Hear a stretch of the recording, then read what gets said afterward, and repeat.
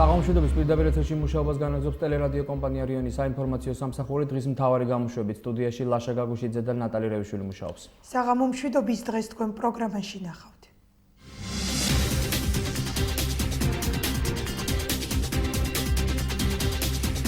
რატომ მოუხსნეს სოფელ პერევში 22 ოჯახს სოციალური დახმარება? დეტალები რამდენიმე წუთში. გასული წლის მაისიდან სოციალური შემიჩერდა.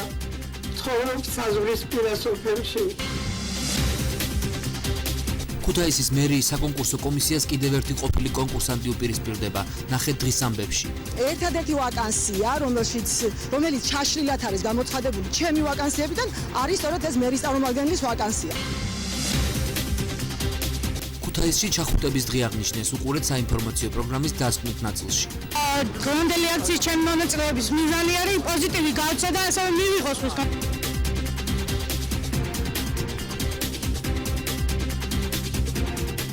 საზღვრისპირა სოფელში მცხოვრებ ოჯახებს სოციალური დახმარება შეუწყვიტეს. საჩხერის რაიონის სოფელ პერევის მოსახლეობა დახმარებას ითხოვს. საჩხერის გამგეობაში კი აცხადებენ, რომ აღნიშნული შესახებ ინფორმირებულები არიან. როინა ტკახიძე დეტალებით. სოფელ პერევში მცხოვრები 22 ოჯახი სოციალური შემწეობის აღდგენას უშედეგოდ ითხოვს. ადგილობრივების მტკიცებით სოფელში მცხოვრები უმწეო ოჯახებისათვის სოციალური შემწეობის მოხსნა ბოლო 2 წელიარაც დაიწყო. უმეტესობისათვის სოციალური დახმარება შემოსავლის ერთადერთი წყარო იყო. გასული წლის მაისიდან სოციალური შემიჩერდა. ცხოვრობს საზღვრისპირა სოფელში. შემდეგ წელშიც იმ წელშიც რომ მივიტანე განაცხადი, ისევ დაბალი ქულა მქონა როგორც როცა დამენიშნა ისეთი, მაგრამ არა მაქვს საერთოდ სოციალური და მარტო პენსიის სესხზე ვარ. სექტემბრიდან სესხი ავიღეთ 18 თვიანი, რამდენიმე თვეში რო გამიჭირდა, ისევ მივედი და არც არავის უთქვია ის რომ 3 წლიანი გამიხდა. ამჟამად ღებულობ ხანას 12 ლარ პენსიას, ხანას 13 ლარს და მექვითება ხან 37 ლარი, ხან 38 ლარი. ეს იმხელა იმას მაყენებს ზიანს, რომ ის სოციალური როგორ მეხმარებოდა და ამოვძლებოდი ხოლმე, როცა პენსია დამემთავრდებოდა იქიდან. საწყვეტილი მაქვს წელიწადზე თითქმის მეტია. ჩემი ბავშვი გადავიდა სამკურნალოდ თურქეთში, თირკმელების გამო. თურქეთში მიცა ძალიან დიდი შეტევა, გადმოიყვანეს ბათუმის სავანტყოფოში. იქიდან განძრევა არ შეიძლებოდა, რატო საჩხერეს თვიში არ გადმოვიყვანე ბავშვი სამკურნალოდ, დააფიქსირა თურქეთში გადასვლა და მომიხსნეს ამის შედეგად.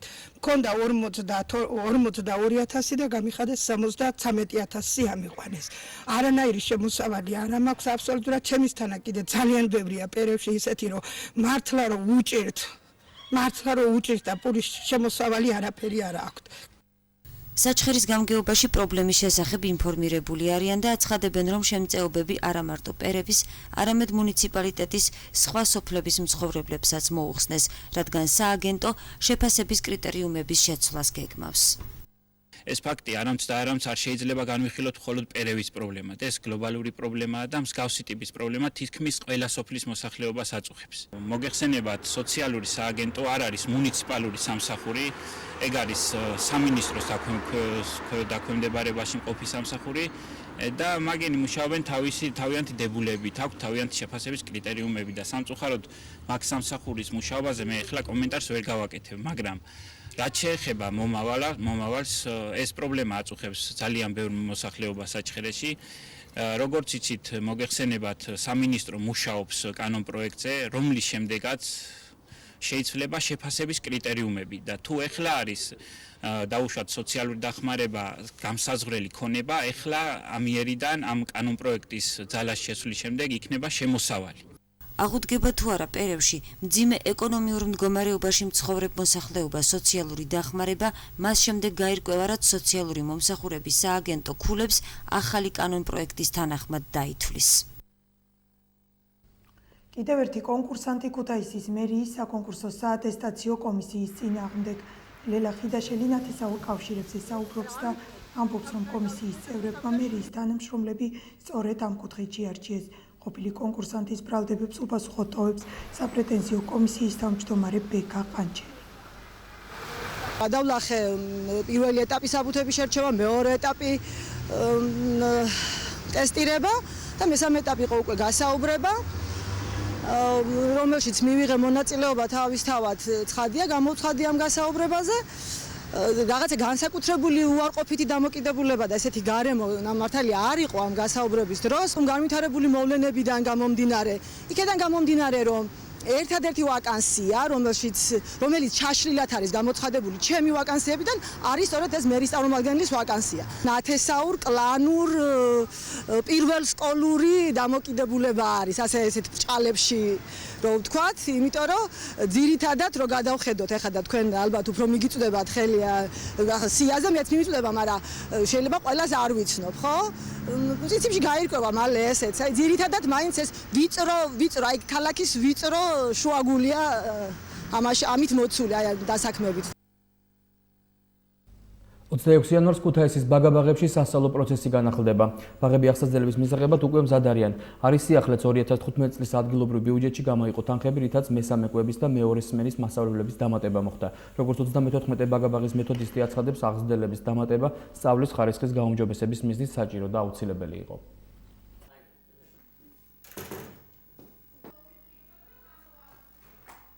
სწავლის პროცესი ქუთაისის ბაგაბაღებში 2015 წლის 26 იანვარს განახლდება. გადაწყვეტილება მივიღეთ ცვლილება შეგვეტანა სამხდელო პროცესში და პედაგოგებს 2 წლში ემუშაოთ, რამაც დამატებითი სამუშაო ადგილების შექმნა.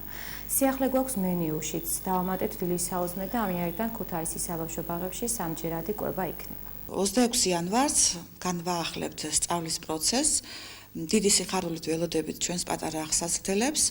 გვაქვს სასიამოვნო სიახლეები, რაც ნიშნავს იმას, რომ დაემატა მესამე კვება, ამასთანავე ველოდებით მეორე ცვლის აღსაწყდელებს.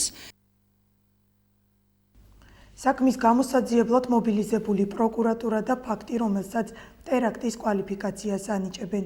შვილის საფლავზე აფეთქებული იური ვაზაგაშვილი და საქმე, რომელიც უკვე მეორე ტრაგედიის მიზეზად იქცა. რა მოხდა რეალურად კასპის რაიონის სოფელ ყარაფილაში, დეტალები ჩვენ სიუჟეტში. იური ვაზაგაშვილის ცხედრის ექსპერტიზის პარალელურად, რომელიც ლევან სამხარაულის სახელობის ექსპერტიზის ბიუროში რამდენიმე საათის განმავლობაში მიმდინარეობდა, პოლიციამ დალუქა ვაზაგაშვილის მანქანაც. პროცესს ადვოკატი დაესწრო, რომელიც დილიდან პროკურატურაში იყო დაბარებული. პარალელურად ექსპერტიზის ბიურო მუშაობს შემთხვევის ადგილზე. სოფელ ყარაფილაში საგამოძიებო მოქმედებები მთელი ღამის განმავლობაში მიმდინარეობდა. არ იყო კურსდამთავრებულად დამზადებული, ეს იყო ქარხნული წესით დამზადებული საბრძოლო მასალა. მისი ხელმისაწვდომობაც ისეთი არო, როგორც გითხრათ, აი როგორც სასასროლი იარაღი, ასევე საბრძოლო მასალა, იცით რომ დასჯადია მისი შენახვა. სანქციური მართვის დამახასიათებელი ნიშნები შემთხვევის ადგილზე დათვალიერებისას აღმოჩენილი ვერ იქნა. იური ვაზაგაშვილის დაღუპვის ფაქტს ტერაქტის კვალიფიკაციას აძლევს დეპუტატების ერთი ნაწილი. უმრავლესობის წევრები მოუწოდებენ ხელისუფლებას საქმეს სწრაფად იქნას გამოძიებული. მოიშორეს იმ ადამიანებმა, ვინც ელოდებოდა ზუსტად საფრთხეს მართსაჯულების მხრიდან, იმით რომ იური ვაზაგაშვილი არაპირებდა შეგუებოდა ვინმეს უმოქმედობას. ბატონ იურის ყველაზე დიდი წერი იყო ნაციონალური მოძრაობა. ის ებრძოდა 2006 წლიდან არა მარტო თავის შვილის მკვლელებს, არამედ მთლიანად რეჟიმს კვალი მიდიოდა უკვე ზუსტად შემსრულებლებზე. უნდა მომხდარიყო მათთვის ბრალის საყენება და პირველადი აი ესეთი შეხედვით არის რომ სწორედ მათ მოახდინეს დაასწრება და დაასწრეს. არასამთავრობო ორგანიზაციები კი მოუწოდებენ პროკურატურას იური ვაზაგაშვილის გარდაცვალების საქმე დაუყოვნებლივ და ობიექტურად გამოიძიოს. ეს მართლაც ენით აღუწერელი რამ არის. ჩვენ რა თქმა უნდა ვფიქრობთ, რომ ხელისუფლებამ უნდა გამოიძიოს ორივე საქმე და ჩვენთვის პრინციპში გაუგებარია რა პრობლემებთან იყო დაკავშირებული ის, რომ ზურა ვაზაგაშვილის საქმე დღემდე არ არის გამოძიებული და გამოძიების პროცესი ბოლომდე არ არის მისული. ჩვენ ვფიქრობთ, რომ საზოგადოებამ ამასთან დაკავშირებითაც მეტი ინფორმაცია უნდა მიიღოს. ვაზაგაშვილების ოჯახის ადვოკატები არ გამორიცხავენ, რომ იური ვაზაგაშვილის ლიკვიდაცია პირდაპირ კავშირში იყოს მისი შვილის ზურაბ ვაზაგაშვილის საქმის გამოძიების აქტიურ ფაზაში შესვლასთან. ადვოკატებმა ორივე საქმესთან დაკავშირებით მედიის შეკითხვებს დღეს უპასუხეს. მათი ვარაუდით, იური ვაზაგაშვილის ლიკვიდაციაში მხოლოდ იმ პირთა ინტერესები იკვეთება, ვისაც ზურაბ ვაზაგაშვილის საქმის გამოძიების ეშინოდა. ფუტურიზე დადასტურებული აქვს ის გარემოებები, რომ მას თავის დროს 2006 წლის პერიოდში, როდესაც 2007-ში შეწყვიტეს საქმის წარმოება პროკურატურამ, გამოძიებას ძალის მიერ და ფსიქოლოგიური ზეწოლის შედეგად მისცა ის ჩვენება, რომელიც ამ საქმეში იყო. ამიტომ თავისთავად ფუტურიძეზე არ იყო საუბარი და არ არის საუბარი, ფუტურიძემ თქვა სიმართლე უკვე განახლებული გამოძიების პერიოდში. ახ არის სხვა პიროვნება ეს საუბარი, რომელიც ერთ-ერთი მთავარი მოწმეა და რომელიც რა თქმა უნდა დიახაც დღეს საქართველოს პროკურატურა მიცის ვინ იყო დასაკვირველი. დაკითხულია? დაკითხულებიც არის. უბრალოდ მათივე უსაფრთხოებიდან გამომდინარე ამ თემაზე ვერ საუბრობთ. ეს საქმე პრაქტიკულად გახსნილია დაახლოებით 1 კვირის ვადაში უნდა გაცხადებულიყვნენ დამნაშავეები, ტექნიკური საკითხები იყო დარჩენილი. მე მაქვს ძალიან სერიოზული და საფუძვლიანი ეჭვი მასთან დაკავშირებით, რომ ინფორმაციამ გაჟონა პროკურატურიდან და საფრთხე იქცნეს ადამიანებმა, რომლებმაც ბატონი ზურაბ ვაზაგაშვილის მამა იმსხვერპლეს. რა ინფორმაციას გქონდათ მაინც რომ გითხრათ რა? ყველაზე მნიშვნელოვანს, რომ რეალურად ეს ბავშვები არანაირ საყაჩაღოდ არ მიდიოდნენ და იქ იყო საკონტროლო გასროლა და მიზანმიმართვა. თავისუფალი თაობის ერთ-ერთი დამფუძნებელი ფიქრობს, რომ ვაზაგაშვილების მთელი ოჯახის ამოხოცვა იგეგმებოდა. ფაქტი კი 2 თებერვალს ზურაბ ვაზაგაშვილის დაბადების დღეზე უნდა მომხდარიყო, როცა სასაფლაოზე მთელი ოჯახი შეიკრიბებოდა. საუბარი არა მარტო იურაზე იყო რა. აქ სავარაუდოდ მე ესე მიმაჩნია რომ 2 თებერვალს მეთქი იყო არის დაბადების დღე ზურასი რა და ეთყობა აი ამ პროცესისთვის ემზადებოდნენ. როდესაც ოჯახი მივიდოდა იქ ეს უნდა მომხდარიყო მთელი ოჯახის ამოწყვეტა. ანუ შვილზე დააკლეს მამა ამ შემთხვევაში და იმ შემთხვევაში იქნებოდა სავარაუდოდ 2 თებერვლისთვის იქ მთელი ოჯახს დააკლავდნენ შვილს. ზურა და იური ვაზაგაშვილების მკვლელობის საქმეებზე დამნაშავეების გამოვლენა საქართველოს პროკურატურის ნომერ 1 პრიორიტეტია. ამის შესახებ საქართველოს პარლამენტის თავმჯდომარესთან შეხვედრაზე მთავარმა პროკურორმა გიორგი ბადაშვილმა განაცხადა. დავოსში ეკონომიკური ფორუმი გაიხსნა და მას 40 სახელმწიფოს პირველი პირი და სახელმწიფო მეთაური, 2500-ზე მეტი დელეგატი და ბიზნეს დელეგაციები ესწრებიან. საქართველოს პრემიერი შვეიცარიაში ეკონომიკისა და საგარეო საქმეთა მინისტრებთან ერთად იმყოფება.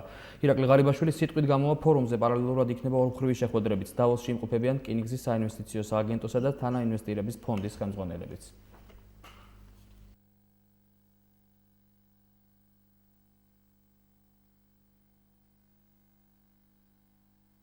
ბიზნეს კომპანიებს დაეთმობა განსაკუთრებული ყურადღება საქართველოს საინვესტიციო პოტენციალის წარმოჩენის კუთხით და ასევე იმ ახალი შესაძლებლობებით, რასაც საქართველოს აძლევს ევროკავშირთან პოლიტიკური ასოცირების და ეკონომიკური ინტეგრაციის ხელშეკრულებით განსაზღვრული შესაძლებლობები.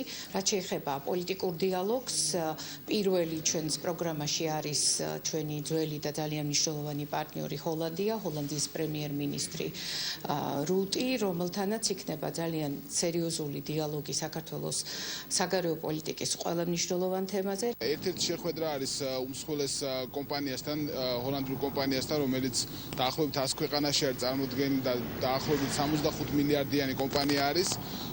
იგი აწარმოებს ინვესტიციებს სოფლის მეურნეობაში და ვფიქრობთ, რომ საქართველოში ძალიან დაინტერესებს ჩვენი პოტენციალი. ეს ფორუმი ძალიან მნიშვნელოვანი არის საქართველოსთვის, ჩვენი ფონდისთვისაც, რათა ახალი ურთიერთობები შევიძინოთ, ახალი მეგობრები და პარტნიორები პოტენციურები.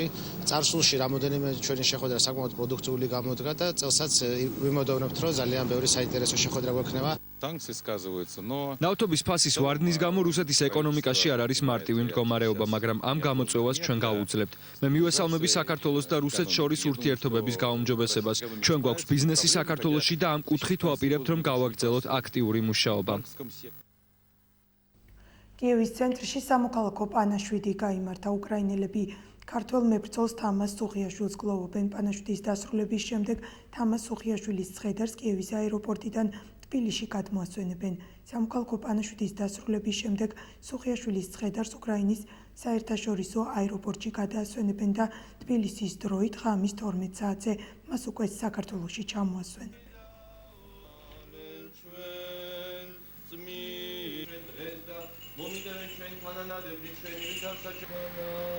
Tamazi bivši profesionalni vojeni.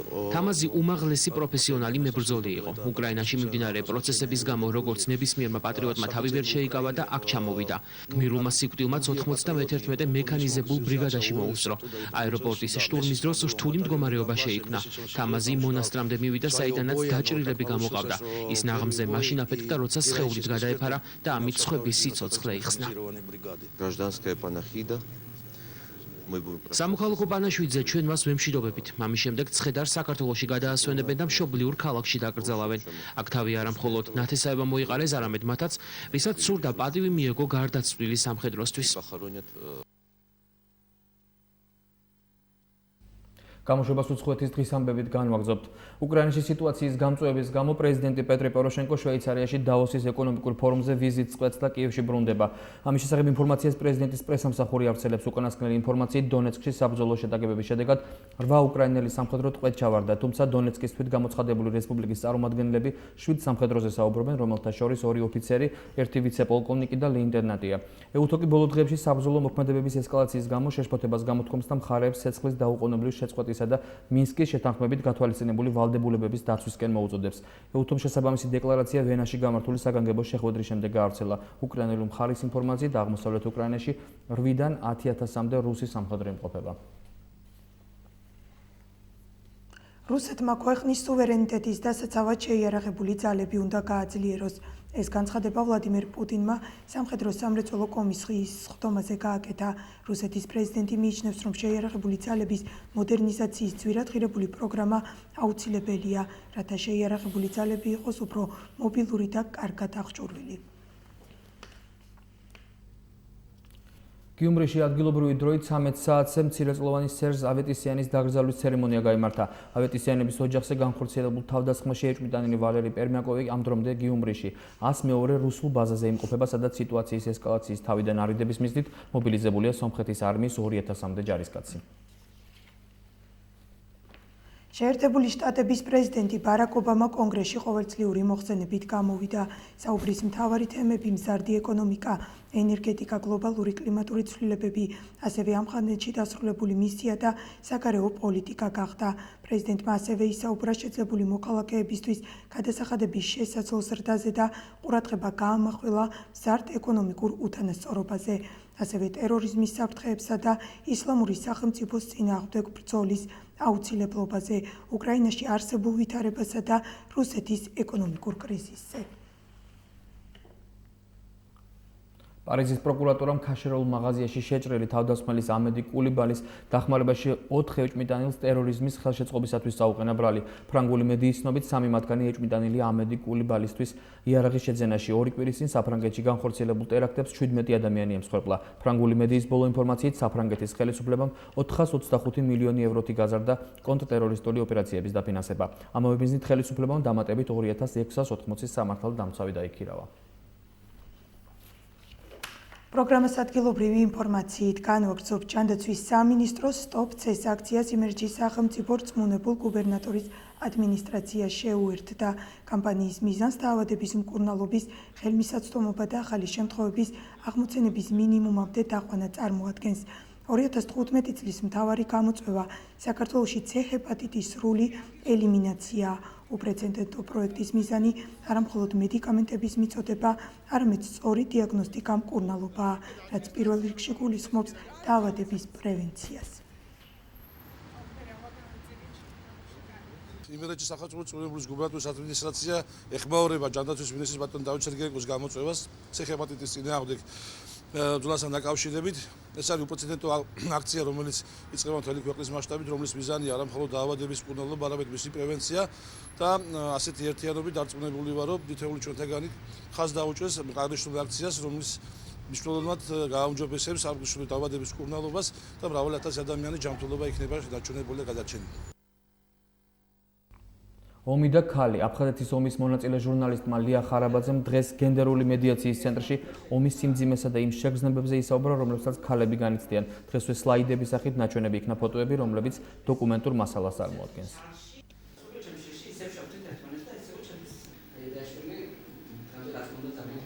მე როგორც აფხაზეთის ომში ნამყოფი ჟურნალისტი, კონკრეტული მაგალითები გავიხსენე, მასთან დაკავშირებით თუ როგორ წავედი ომში, რა ხდებოდა იქ, უბრალოდ რა გადამხდა თავს თუნდაც როგორც ჟურნალისტს და ვისარგებლე შემთხვევით და იმის გამო რომ გაზეთ ქრონიკა პლუსში უკვე სექტემბრის თვიდან ომის დღიურს წერ, მყავს რამდენიმე აფხაზეთელი ქალბატონი ჩაწერილი, რომლებიც უშუალოდ იყვნენ ომის დროს და მათი ქალური განცდები, მათ მიერ მოთხრობილი კონკრეტული ამბები მოვასმენინე მსმენელებს და აცული შემძვრელი იყო ბევრი მათგანისათვის. მე ვფიქრობ, რომ ქალი ყოველთვის დედად დარჩება და არა მარტო დედად, ქალი უფრო დიდ გმირად რჩება ვიდრე მამაკაცი ნებისმიერ ომში.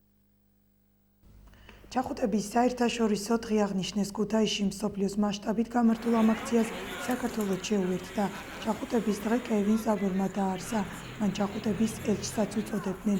ეს დღე პირველად ამერიკის შეერთებულ შტატებში 1986 წელს აღინიშნა. მოგვიანებით მას მრავალი ქვეყანა შეუერთდა და ჩახუტების საერთაშორისო დღე ეწოდა. ჩემი მონაწილეობის მიზანი არის პოზიტივი გავცე და ასევე მივიღოს ხოსგან და სიტყვა განავცეთ ერთგზის თქვა უნდა და რავი, კარგია ზოგადად ესეთი აქციები. თან ქუთაის აკლია. დღეს არის ჩახუტების საერთაშორისო დღე, შევიგროვოთ ქუთაისის ახალგაზრდობა და გადავწყვეტეთ ჩავახვდეთ ყველა გავლენას, ვინც შევხვდება. გადავწყვეტეთ იმიტომ, რომ ახალგაზრდობა ვართ, გვიხარია სიტყვა გვინდა გადავწყვეტ ხალხს. იმიტომ გადავწყვეტე, რომ კარგია ხალხისთვის სიტყვის გაზიარება, ადამიანები თბილები უნდა ვიყოთ ერთმანეთთან. დღის ამბებს ამინდის პროგნოზით განვაგრძობთ, ნახოთ როგორი ამინდი იქნება ხვალ საქართველოში.